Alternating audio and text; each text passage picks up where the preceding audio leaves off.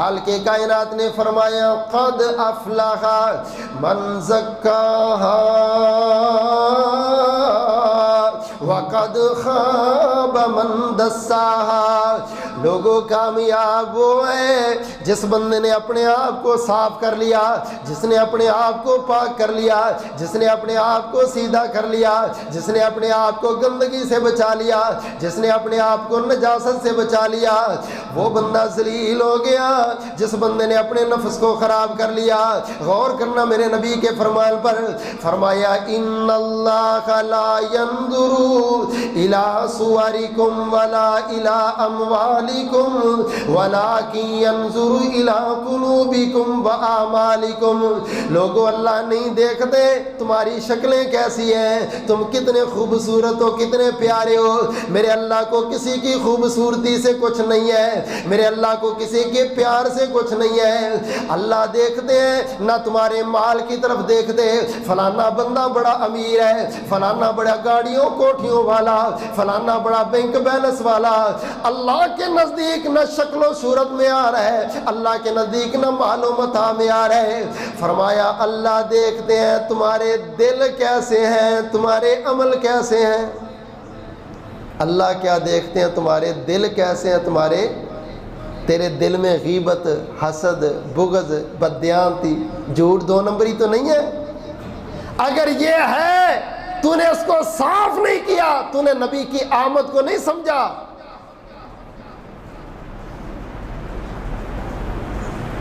اللہ دیکھتے تیرے عمل کیسے ہیں۔ اللہ کی نظر تیری جھنڈیوں پر نہیں ہے، اللہ کی نظر تیرے سجانے پر نہیں۔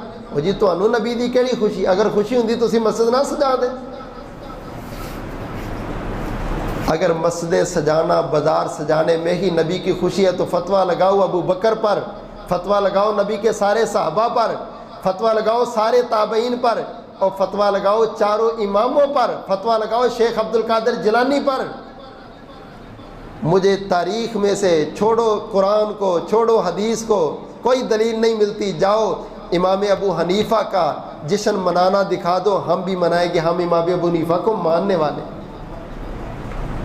اور شیخ عبد القادر جیلانی سے دکھا دو جو کہتے 10 محرم کو اللہ کے نبی پیدا ہوئے۔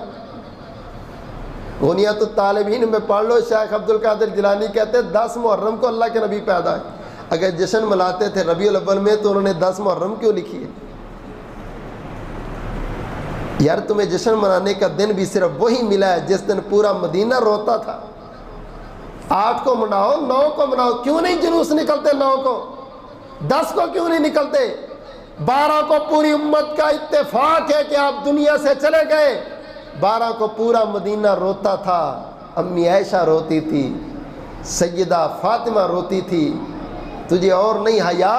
اور نبی کی بیویوں کے نکلنے والے آنسوؤں کا حیا کر لے، نبی کی بیٹی کے دوپٹے گیلے کا حیا کر لے۔ اوپر سے فتوے اور اوپر سے زبان درازی ہیں۔ فلانے کو نبی کے آنے کی خوشی نہیں ہے جی، ان کو خوشی ہوتی تو یہ کچھ تو نہ ہوتا۔ اور اللہ کے بندے کون مسلمان ہے جس کو خوشی نہیں ہے؟ مگر خوشی کا انداز یہ ہے کہ نبی کی ساری شریعت کو چھوڑ دے، نمازوں کو چھوڑ دے، صرف بازار سجا لے۔ صحابہ کو یہ خوشی سمجھ ہی نہیں آئی۔ کائنات والو، میرے نبی کے آنے سے پہلے میں نے تورات میں بھی لکھ دیا، میں نے انجیل میں بھی لکھ دیا، اور دنیا والو اس نبی کی پیروی کرو۔ یا اللہ اس نبی کی آمد کا مقصد کیا ہے؟ فرمایا سنو سنو اس کی آمد کا مقصد کیا ہے؟ یأمرہم بالمعروف وَيَنْهَاهُمْ عَنِ الْمُنْكَرِ۔ میرے نبی اس لیے آئے ہیں تمہیں اچھائی کا حکم دیں، برائی سے منع کریں۔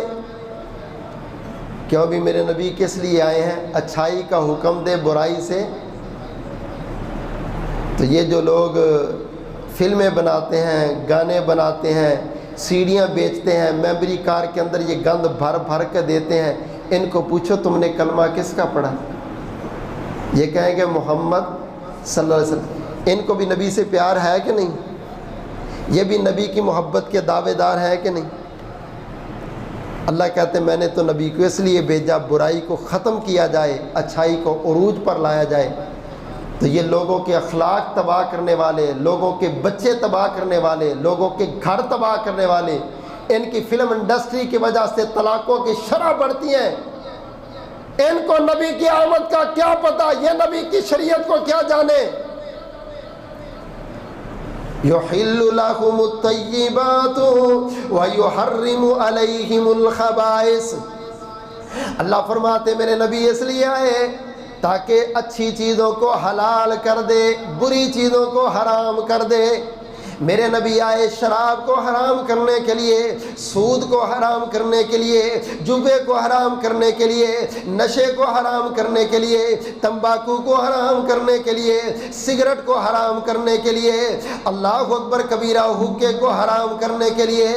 جن چیزوں کے کھانے پینے سے بدبو آتی ہے، اللہ کا قرآن کہتا ہے میرا نبی ان ساری چیزوں کو حرام کرنے کے لیے آئے۔ یہ ہے نبی کی آمد کا مقصد۔ مالک کائنات نے فرمایا میرے نبی ان ساری چیزوں کو حرام کرنے آئے۔ وَيَضَعُ عَنْهُمْ إِصْرَهُمْ، میرے نبی تمہارے اوپر سے برے بوجھ ختم کرنے کے لیے آئے۔ رسم و رواج کے بوجھ ہیں، مرنے کے اوپر بھی رسمیں، شادی کے اوپر بھی رسمیں، نکاح پر بھی رسمیں، عقیقے پر بھی رسمیں، منگنی پر بھی رسمیں، فوتگی پر بھی رسمیں۔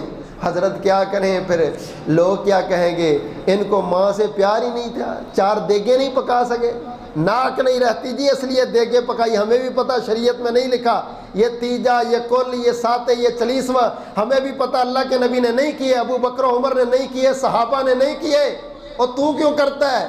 کہتا ناک نہیں رہتی۔ لوگ کیا کہیں گے، باپ مر گیا 4 دیگیں نہیں پکا سکا۔ اللہ فرماتے یہ جتنی بھی بری رسمیں تھیں نا، ان کو ختم کرنے کے لیے تو میں نے نبی کو بھیجا۔ تو نے نبی کا کلمہ پڑھ کے، عشق کے نعرے لگا کے، گلیاں سجا کے، بازار بنا کے، پھر وہی کام کرتا جو کام مکہ کے مشرک کرتے تھے، جو وہ جاہل کرتے تھے۔ وَالْأَغْلَالَ الَّتِي كَانَتْ عَلَيْهِمْ، اللہ فرماتے ہوئے انسان بنو، فَالَّذِينَ آمَنُوا بِهِ وَعَزَّرُوا وَنَصَرُوا۔ اوے چھوڑ دو یہ سارے ڈرامے، میرے نبی کی پیروی کرو، میرے نبی پر ایمان لے آؤ، میرے نبی کے ساتھ کھڑے ہو جاؤ۔ برادری جاتی جائے، قوم جاتی جائے، ملک جاتا جائے، جماعتیں جاتی جائیں، گروہ جاتے جائیں، سب چلے جائیں، مگر نبی ہاتھ سے نہ جائے۔ میں تمہیں حکم دیتا ہوں، کیونکہ کل قیامت والے دن جب سارے جائیں گے تو تیرا ساتھ میرے مصطفیٰ نہیں اکیلے۔ اگر نبی کا ساتھ لینا ہے تو پھر ان کو نہ دیکھ، میرے نبی کی شریعت کو دیکھ۔ نبی کی آمد کا پہلا مقصد یتلو علیہم آیات، قرآن سے جڑو۔ جو قرآن سے جتنا جڑتا ہے اس کو نبی کی آمد کی اتنی زیادہ خوشی ہے۔ سب سے زیادہ نعرے وہ لگائے جس کو آیت الکرسی نہیں آتی، جس کو آخری کل نہیں آتے، جو کبھی مسجد میں نماز پڑھنے نہیں آتا۔ اور تو فراڈیا ہے، تو دھوکے باز ہے، تو نبی سے محبت کرنے والا نہیں ہے۔ وَيُزَكِّيهِمْ، نبی تو پاک کرنے آئے تھے تمہیں، ہر گندگی سے صاف کرنے آئے ہیں تمہیں۔ میرے نبی کی آمد کا تیسرا مقصد یہ ہے، يُعَلِّمُهُمُ الْكِتَابَ وَالْحِكْمَةَ، نبی تمہیں کتاب و حکمت سکھانے آئے۔ میرے نبی نے وضو کا طریقہ سکھایا، غسل کا طریقہ سکھلایا، نماز کا طریقہ سکھلایا، صبح و شام کے اذکار سکھلائے۔ میرے نبی نے کھانے کی دعا سکھلائی، سونے کی دعا سکھلائی، واش روم جانے کی دعا سکھلائی، باہر نکلنے کی دعا سکھلائی۔ اگر یہ سب کچھ یاد ہے تو سمجھ لے کہ تو واقعتاً نبی کی آمد پر خوش ہے، تو نے نبی کی آمد کے مقصد کو جانا، تو نبی کے مشن پر کھڑا ہے۔ اگر نہیں ہے تو تجھے غلطی لگی ہے، تو ٹریک سے اتر چکا ہے۔ یہ راستہ تجھے نبی کی جنت میں اور نبی کے ساتھ میں نہیں لے کے جائے گا۔ ایسا نہ ہو کل قیامت والے دن رسول اللہ صلی اللہ علیہ وسلم کے تو سامنے آئے تو آواز آ جائے عاملۃ ناصبہ تصلیٰ نار حامیہ، رک جاؤ بھائی رک جاؤ، درمیان میں دیوار بن گئی۔ اللہ کے نبی یہ وہ لوگ تھے جنہوں نے تیرے بعد تیرے سارے دین کو بدل دیا تھا، اور آپ غصے سے فرمائیں یا اللہ ان کو لے جاؤ، میرے سامنے نہ لانا۔ سحقن سحقن لمن غیر بعدی، ان کو دور لے جاؤ، ان بدبختوں نے میرے دین کو بدل دیا۔ اللہ کی قسم وہ دن بڑا سخت دن ہوگا۔ آج لوگوں کے تانے مینے سے پریشان نہ ہو، شریعت پر چل، مشن مصطفیٰ پر چل، مقصد بعثت مصطفیٰ کو سمجھو۔ قرآن نے جو مقصد بیان کیے ہیں، میرے نبی قرآن سے جوڑنے آئے، میرے نبی تزکیہ نفس کرنے آئے، میرے نبی کتاب و حکمت سکھلانے آئے، میرے نبی رسم و رواج کو ختم کرنے آئے، میرے نبی گندے بوجھ اتارنے آئے۔ اللہ ہم سب کو نبی کے ان فرامین پر عمل کرنے والے بنا دے۔